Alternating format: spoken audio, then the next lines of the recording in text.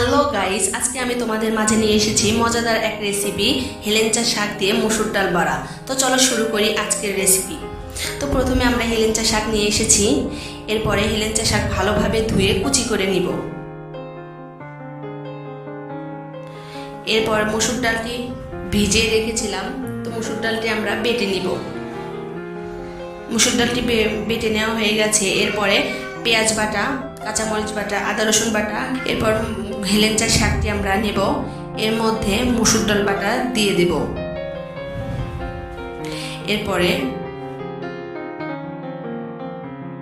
পেঁয়াজ বাটা দেব, কাঁচামরিচ বাটা, আদা রসুন বাটা, এরপর আমাদের স্বাদ মতো লবণ দেব। এরপর 1 চামচ হলুদের গুঁড়া, 1 চামচ শাহি মরিচের গুঁড়া দিয়ে ভালো করে মাখিয়ে নিতে হবে। ভালোভাবে মাখাতে হবে যেন মিশ্রণটি ভালোভাবে হয়, কারণ মিশ্রণটা যদি ভালোভাবে না হয় তো বড়াটা খেতে ভালো লাগবে না।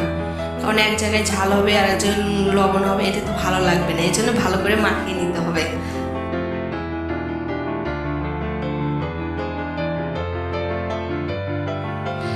তো বন্ধুরা, এই খাবারটা আসলে অনেক মজাদার ও হেলদি। আমি এই খাবারটা প্রায় মাঝে মাঝে বানিয়ে খাই, তো ভাবলাম তোমাদের মাঝে এটা আমি শেয়ার করি, তাই জন্য আজকে এই ভিডিওটা আমি বানালাম। তো আমাদের মাখানো হয়ে গেছে। এরপরে আমরা কড়াই নেব। কড়াইতে সাদা তেল দিয়ে দেব। তো তেলটি ভালোভাবে গরম করে নিতে হবে, আর চুলার আঁচটা একটু অল্প আঁচে ভাজতে হবে যাতে পুড়ে না যায়। তো প্রথমে আমরা বড়াটা দিয়ে দেব, আর খেয়াল রাখতে হবে বড়ার সাইজটা যেন বড় না হয়, মাঝারি রাখতে হবে, কারণ বড় সাইজ হলে খেতে ভালোও লাগবে না আর ভাজাও ভালো হবে না।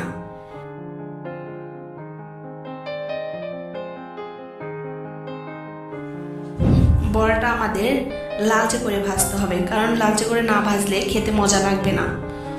আর খেয়াল রাখতে হবে বড়াটা যেন পুড়ে না যায়, কারণ পুড়ে গেলে খেতে অনেক তিতা লাগবে। তো আমাদের খুব সাবধানে ভাজতে হবে। তো বন্ধুরা, যতক্ষণে ভাজি না হয় ততক্ষণে তোমরা আমাদের ভিডিওটা দেখো এবং চ্যানেলটা সাবস্ক্রাইব করে দাও এবং লাইক কমেন্ট শেয়ার করে দিও। তো বন্ধুরা, আমাদের ভাজি প্রায় হয়ে এসেছে। ভাজিটা দেখতে এখনই অনেক সুন্দর লাগছে, তো খেতেও অনেক মজা হবে। ভাজিটা যেন মচমচে হয় এবং লালচে হয়, কারণ লালচে না হলে খেতে মজা লাগবে না। এটা খেয়াল রাখতেই হবে যাতে পুড়ে না যায়। খুব অল্প আঁচে ভাজতে হবে এবং একটু চাপ দিয়ে ভাজতে হবে, কারণ ভেতরে কাঁচা থাকলে খেতে মজা লাগবে না, একটু শাকের গন্ধ চলে আসবে। এই জন্য খুব সাবধানে ভাজতে হবে, চাপ দিয়ে ভাজতে হবে ভালো করে। তো বন্ধুরা দেখো, ভাজির রংটা অনেক সুন্দর চলে এসেছে। আমার তো এখনই খুব ভালো লাগছে, মনে হচ্ছে খেতে অনেক মজা হবে।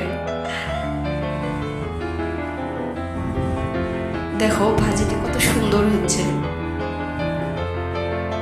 আসলে এই বড়াটা খেতে অনেক সুস্বাদু এবং হেলদি। এটা তোমরা চাইলে বাচ্চাদেরও খাওয়াতে পারবে, কারণ বাচ্চারা এটা খুব পছন্দ করবে, মচমচে বড়া।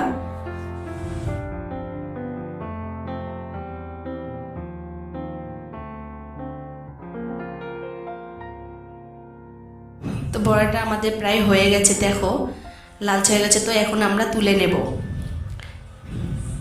এটা চাইলে ভাতের সঙ্গেও খেতে পারবে। দেখো কত সুন্দর হয়েছে।